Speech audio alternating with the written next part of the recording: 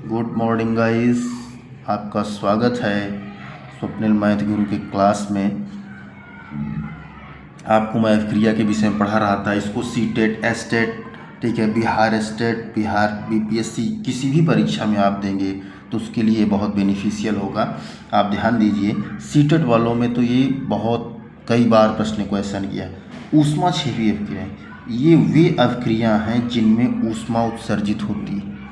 ये वे अभिक्रियाएँ हैं जिनमें ऊष्मा उत्सर्जित होती है। और ऊष्मा शोषी, ये वे अभिक्रियाएँ हैं जिनमें ऊष्मा का अवशोषण होता है। अवशोषण मतलब सोखना, ठीक है।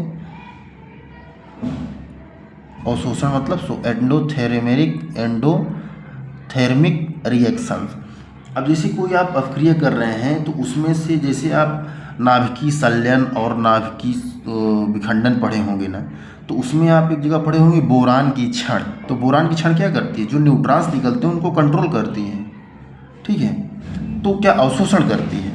और अपघटन अभिक्रियाओं में एक यौगिक टूटकर दो या दो से अधिक सरल पदार्थ उत्पन्न करते हैं, ठीक।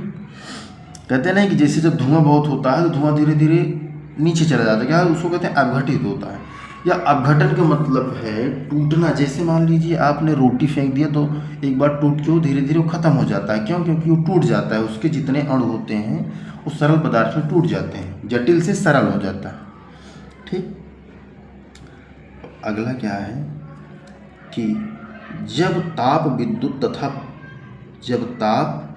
तथा प्रकाश के रूप में ऊर्जा प्रदान की जाती है तो अभिघटन अभिक्रियाएं संपन्न होती हैं, ठीक। जब ताप, विद्युत तथा इस प्रकार प्रकाश के रूप में ऊर्जा प्रदान की जाती है तो अभिघटन अभिक्रियाएं संपन्न, यानी जब इस प्रकार की क्रिया होती है ऊर्जा का तो उसमें अभिघटन की अभिक्रियाएं उत्पन्न होती हैं। जैसे आप कुकर में जब दाल पकाते हैं तो ताप रहता है, जब ताप से अपघटित होता है तो क्या पकने लगता है, ठीक।